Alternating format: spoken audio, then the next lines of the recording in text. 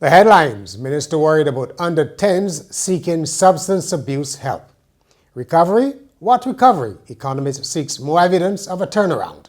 And Jason Holder tells his windless Windies to find belief from somewhere. Welcome to Nation News for Tuesday, December the 29th, 2015.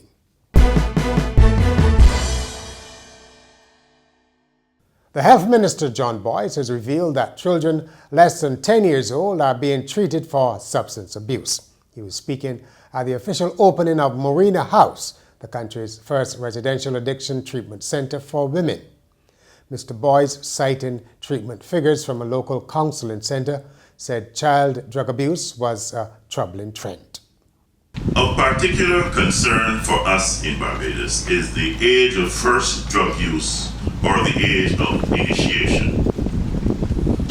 Statistics from the Counseling Alternatives for Substance Abuse, a non-residential facility which caters to a cross-section of the population, including adolescents, reveals that approximately 4% of its clientele are under the age of 10 years old.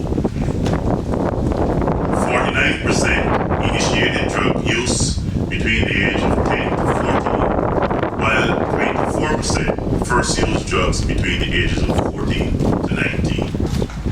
This is a troubling trend.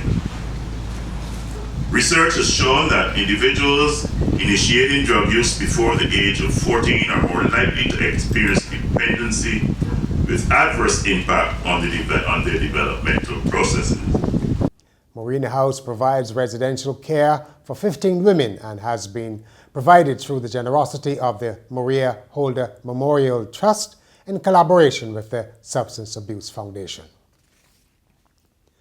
A university economist is cautioning Barbadians not to get carried away by talk of economic recovery. Winston Moore, who heads the economics department at UWK Phil, says it's too early to say the economy as a whole is definitely getting stronger. He told Nation News that this year has been definitely better than 2014, but the improvements were concentrated in just a few industries. Dr. Morse said more broad-based growth will be required to make a dent in unemployment and public sector debt. He acknowledged, however, that planned investments in tourism and renewable energy should help to generate economic activity next year.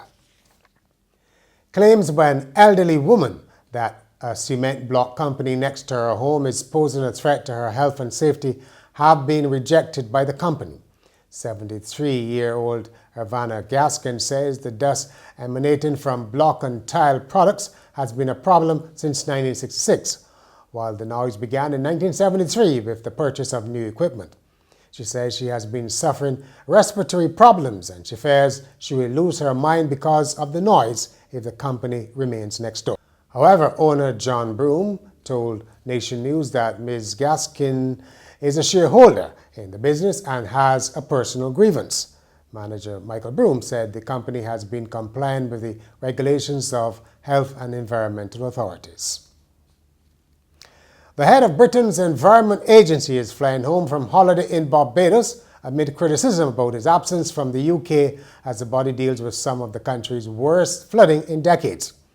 After avoiding the question of Sir Philip Dilly's whereabouts following reports he was at his luxury home on the island, the agency finally released a statement in the morning saying he had indeed spent Christmas in the sunshine with his family. Some estimates say the cost of flooding in the UK this month will top 15 billion Barbados dollars. It has been a tough year for Barbados on many fronts, but Geraldine Edward in this week's commentary up next says everybody can help to make 2016 better. We are about to close the chapter on another year. Despite all the good that this year has brought, we will remember the austerity measures, the high taxation, the escalation in violent crime and shootings, the children who were allegedly abused by their protectors, the breakdown in social services, including water outages and poor garbage collection. But while it is convenient to blame the government for everything, let us stop and take stock of ourselves as a people.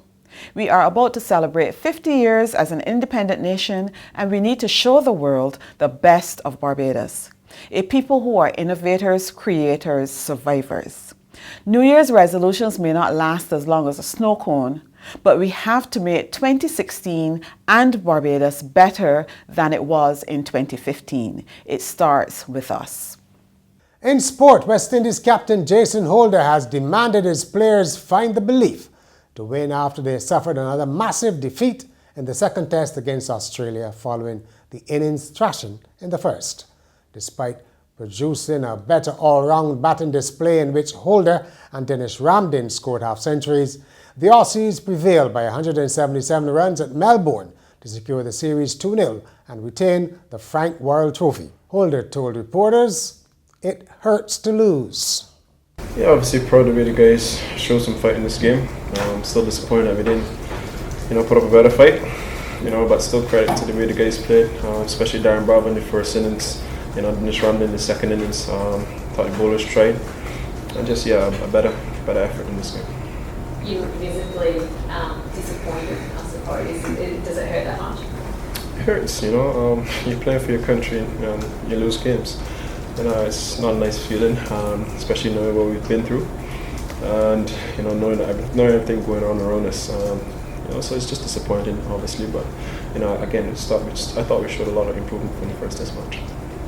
It actually hurts to watch as well. And finally, it seems like a disarmingly simple suggestion, but installing a mirror in the dining room and kitchen could be the best way to avoid piling on the pounds. A new study suggests that when diners gaze at their own reflection, they literally watch what they eat. It is one of a number of simple behavioral tricks, which according to food psychologists at the University of Central Florida, can prevent overeating. So go ahead, take one of those mirrors out of the bedroom. And that's Nation News for Tuesday. For more news, log on to nationnews.com as well as YouTube, Facebook and Twitter. And remember to pick up your Midweek Nation on Wednesday or subscribe to our e-paper.